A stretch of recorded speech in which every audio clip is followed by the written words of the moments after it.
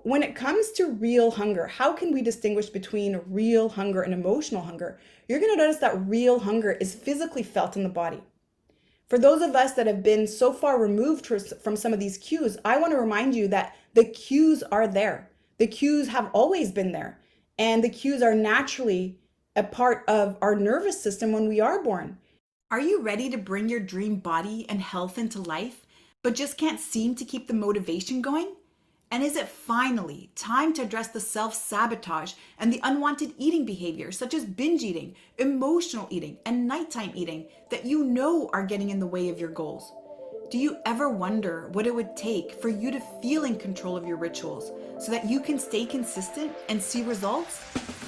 Welcome to this week's special Make Peace with Food Minisode on the Fall in Love with Fitness podcast, where you'll learn how to overcome unwanted eating behavior and other self-sabotaging habits by shifting your nervous system so that your body works with you instead of against you. I'm your host, Shaban, and with each episode, I am honored to be your coach and guide in the journey to make peace with food and find food and body freedom so that struggle with weight is a thing of the past. When you tune in every Thursday on the Fall in Love with Fitness podcast, you'll catch the latest conversation on unwanted eating behaviors and learn how to shift the nervous system, rewire the brain to new patterns, and end the food and body obsession so you finally feel relaxed and no longer confused around food. Now, before we begin, I want to quickly invite you to grab a free copy of my Food Freedom ebook that I have for you at makepeacewithfood.com. And if you find that this conversation resonates with you today, then I also want to invite you to join our free Make Peace with Food Facebook community at myfoodfreedomlifestyle.com, where you can connect with me and my team directly. The links are in the show notes.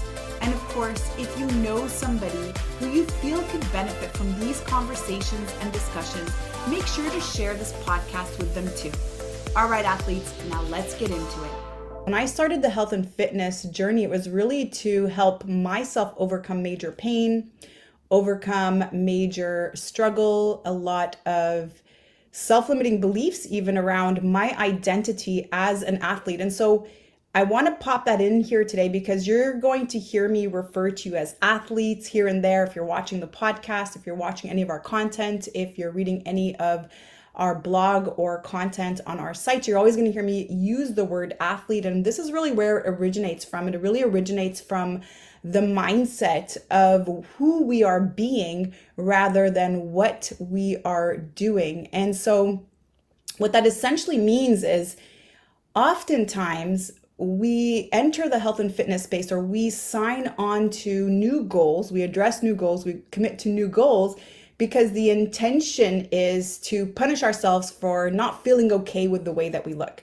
Oftentimes, think about it. And if in the past, maybe it was a New Year's resolutions, or maybe you were hitting 40 or 50 or 60 and suddenly decided, I need to do something about my health. I need to do maybe something about my body, maybe something even about my weight, even though we don't like to really have that conversation inside this group for several reasons. And we're going to get into that in just a moment. But notice the intention behind it. Generally, the intention behind it is dissatisfaction. It is feeling like we are flawed in some way. It's feeling that we are not okay with the way that we look. And so therefore we change the way we eat, we diet, we restrict, we go on this rigid meal plan because the intention is to change our body so that we can love it. When this happens, then I will love my body. When this happens, then I'll be in shape. When I release X number of pounds, then I'll be healthy, and so on and so forth. And so we reserve that joyful, happy, loving moment for when we do achieve our goal. And similarly, we do the same thing with exercise. When I exercise, which by the way, I can't stand, I hate going to the gym, I hate this cardio, I hate running, I hate doing all these things, but I have to punish myself through it so that I can get the result that I want. Oftentimes it's also with an intention that is around dissatisfaction, an intention to achieve some hopeful, happy future where suddenly all of our problems will go away. All of a sudden we'll love ourselves more. All of a sudden we're going to feel more okay about who we are. And you'll notice that oftentimes is not the energy that we use when it comes to motivating our kids to do something. motivating our loved ones to do something, motivating others to do something. And if you're a teacher, if you're a nurse, if you're a doctor, if you're in the service space, notice that you don't put people down towards transformation. You don't insult them, criticize them, blame them, shame them to make a change, but instead you lovingly guide them to make a change. And the reason why I'm setting this conversation is because it's so important to really, maybe today, address the intention behind why it is you are here. Why is it also that you think you've gotten to this point where you are struggling with your relationship with food? Because let's face it, you've joined this group because there's something that you've created around your relationship with food that you're noticing is not going away. And you're likely noticing that the more you're trying to restrict food, the more you are trying to change your physical body, the more you're trying to work outwards and work on the external part of you, I bet you realize the more you feel stuck. And so you'll notice again, if you follow my content, if you're on the podcast, I say this often. Transformation happens from the inside out. Our physical body is an outward reflection of our internal environment. And so if we really want to create transformation, we don't have to address what's going on out here by trying different methods to release weight, whether that's even diet pills or surgery. But what we actually need to do is address what's going on in here. Because what's going on in here is driving the behavior that's leading to overeating, that's leading maybe to non-serving habits, that's resulting in the external effect. And so you wouldn't just mop up your floor all day long when you notice that there's a leak in your sink, that one of your faucets needs to be addressed and likely needs to be changed. You wouldn't just mop the floor up all day hoping that the problem goes away. And so that's what our message is all about. That's really what we help you do. We help you shift your nervous system. And the reason why we keep saying nervous system is because the part of the nervous system that we are referring to, the autonomic nervous system, is not just around how we're moving our body and all the voluntary movements that require nerves and motion and muscle, but the part of the nervous system that we're talking about is the part of the nervous system that controls the functions in the body that we don't have to think about. That's heart rate, that's blood pressure, that is the urine accumulating in our bladder right now. That is the digestive processes happening right now for us. That's our liver detoxifying for us. And it's also our thoughts and our emotions, because our thoughts drive an emotion. You notice if you have a thought that's kind of scary, that's worrying you, that's maybe bringing you doubt, bringing you uncertainty, it's going to drive an emotion. It's going to make you feel uncomfortable. It's going to give you anxiety. It's going to give you fear. It's going to give you stress. It's going to give you worry. And oftentimes, because we don't know what to do with this emotion, either because we haven't learned how to overcome this emotion, we may have, and without blaming our parents, this conversation is not about blame or shame, it's about awareness. We may have grown up in an environment where emotions weren't addressed. I know it was like that for me. My parents had an Egyptian background. That's my background. And culturally, you have to suck it up. You don't just sit there and feel sorry for yourself. You work hard. And my parents worked so hard to create a life for us. So it was always about hard work.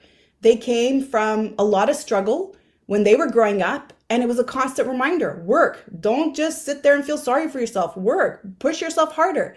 And so we didn't have that opportunity to sit with emotions. And in fact, crying was oftentimes frowned upon. It was a sign of weakness. When I am on a conversation, on a discovery call, for example, with somebody who is struggling with an unwanted eating behavior, oftentimes there's something that's deeper. And I want to set this up for you because in just a moment, we're going to start talking about the difference between emotional hunger and actual hunger. And actual hunger is the physical hunger. It is when the body is actually demanding food. And so I see already in the chat that yes, absolutely, we can relate. And I bet you no matter where you are in the world, we can all raise our hands and say, yes, I can relate. I did grow up in an environment where emotions were not so freely expressed. And it's not to create blame. Again, I'm going to have to keep adding this because we don't shift our nervous system by continuing to stay in blame and shame and criticism and really pointing our fingers and creating external circumstances that are not inside our control. But we're able to actually shift our nervous system when we could just observe as the witness of what happened and understand that the reason perhaps that we have a hard time coping with emotions or the hard time sitting in the uncomfortable emotions is because we never got the tools, maybe at a young age, where we knew how to manage them. And so if you're noticing now, and maybe it's been years or maybe even decades that you are out of tune with your body in terms of hunger and satiety, what I first want to say to you is have grace with yourself. It's okay to be where you're at.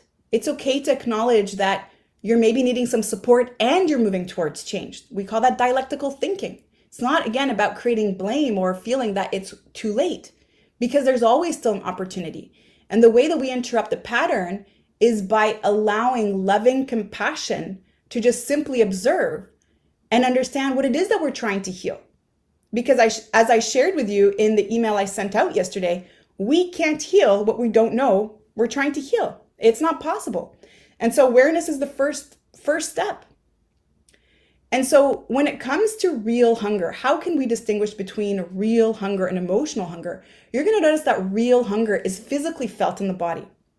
For those of us that have been so far removed from some of these cues, I want to remind you that the cues are there. The cues have always been there. And the cues are naturally a part of our nervous system when we are born. If you're a parent, you see that. If you are a pet owner, you also see that. And so real actual hunger or body hunger is first experienced in the stomach. And you'll notice that if you don't do anything about this hunger, it kind of goes away. And then all of a sudden it comes back and it's speaking louder. There's more rumbling and it's uncomfortable in the stomach, and then it's kind of goes away. And then it comes back a little bit louder and then it kind of goes away. And then it just keeps intensifying and intensifying and intensifying. You notice also there's a physical reaction in the body. You might get hypoglycemic. You might get a headache. You might feel low blood pressure. There is a result of this hunger that's physically felt in the body. Maybe you're feeling lethargic. Maybe you're feeling tired. Maybe you're feeling weak and you have a little bit less energy because your body's needing to refuel. And when we have real hunger, we also notice that just about anything will satisfy it. And generally what we're craving is real food. Like we're craving something savory. We're craving an actual meal. We're not craving snacks. And so those are some ways to start to distinguish between real hunger and emotional hunger, because the other side of that is the emotional hunger or the mind hunger that generally is triggered by a thought and an emotion. Anytime you're emotionally hungry, notice what happened before. There was some sort of emotion that you were feeling. Emotional hunger isn't felt in the stomach, it's in the mind. And there's a lot of thoughts and emotions that create the discomfort. Whereas real hunger is actual physical discomfort that's felt in the stomach. Emotional hunger is discomfort that's felt in the mind and in the emotions. It's felt in the nervous system. And you'll also notice that your cravings are very urgent and very specific. You need food right now, and it has to be something very specific. Oftentimes, you'll even notice that what you are craving is something that's going to give you super quick energy in a very, very tight, small package. And those types of foods look like refined foods and processed foods. Foods that, again, that provide a lot of energy, a lot of what we call calories, what the diet culture calls calories, but they provide a lot of that without a lot of nutrient support, without a lot of sustenance, without a lot of the building blocks that the body actually needs to regenerate itself, to fuel itself. And you'll also notice that not just anything will do. If it's Oreo cookies, it has to be Oreo cookies. If it's ice cream, it has to be ice cream. If it's chips, it has to be chips. Which is why we can't mathematically formulate a calorie deficit based on certain foods that we're eating, believing that that's going to lead to sustainable release or transformation of weight. Because 50 calories, for example, in an apple, the body does not equate to 50 calories coming from processed foods that it doesn't recognize. It doesn't know what to do with it. Our body doesn't count calories. Our body counts nutrients. And so what I want you to take away from this conversation, because it's so important, is to have grace with yourself and understand, begin to pick up the cues. Where is the origin of this craving? Is it in my mind? Is it attached to a lot of thoughts and emotions? Or has it been several hours since I've eaten last, and I'm actually feeling this in my stomach? I'm actually feeling a little bit of discomfort in my midsection. I'm feeling my stomach growling. I'm noticing I'm maybe getting lightheaded. Start to notice where it's coming from. And if you're not really sure where to begin, because it's been a long time that maybe you're noticing that you eat often when you're not hungry and you just can't pick up those cues anymore. Or you notice that even when you're full, you still continue to eat because, again, you've overridden perhaps those cues that your body has given you. Well, I want to offer you some helpful suggestions. And so if you're feeling this, if you're experiencing emotional hunger, or you're experiencing emotional eating, as we call it, without labeling yourself, but you're noticing that oftentimes you tend to eat when you're triggered by a certain emotion, which is not the same for each person. Stress, for example, can drive some people to eat, while stress can maybe completely remove appetite for others. So you have to be very individual when you are self-reflecting and not compare yourself to others. Just really center yourself around what's going on with you. And if you're curious around learning more about how to overcome this, because there really is a way out, and it's not going to be through controlling food. And I think you know that by now. I think you're at this point where you're realizing that the more you restrict and the more you try to just avoid these foods, the more the affinity grows for these foods. The way out is by shifting your nervous system if you've been experiencing this. And we can determine if that's really the drive for you. So we offer a 30-minute free discovery call. The discovery call is to discover whether or not the nervous system is behind this unwanted eating behavior. What we're going to do together is we're going to go through a series of questions. I'm going to ask you several questions to determine what your relationship with food is like and the behavior.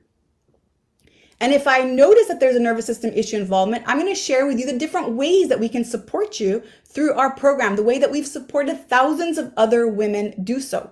And we have a 100% success rate because just the same, if I don't feel that there's a nervous system issue here at play, I'll also let you know that. And this program won't be the right fit for you. So would you feel that maybe at this point you owe it to yourself to just be curious and just to find out? We don't have to continue to go on with life the same way that we have all of these past years. Repeating the same thing over and over and over again, expecting a different result, is what we call insanity. And so there is a way out, and it can happen in 6 months or less for you if there really is a nervous system issue involvement here at play. So let's get curious. Let's find out. Go ahead and book that call. It is a win-win situation. There's absolutely no obligation to continue if you also feel like we are not a right match.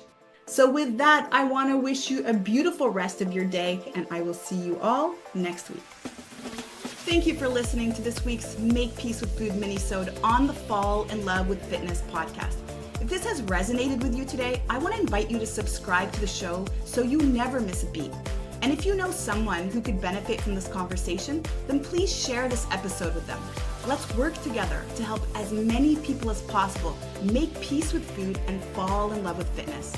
And by the way, I need to mention that if you rate and review this podcast on iTunes and send over the screenshot to Sherry at sherryshaban.com, you'll receive a $500 voucher to join me at one of my upcoming retreats or to use it in our Make Peace with Food coaching program. And don't forget to visit myfoodfreedomlifestyle.com to join the free Facebook group for more resources. And remember, athlete, you are an inspiration. I cannot wait to hear your story.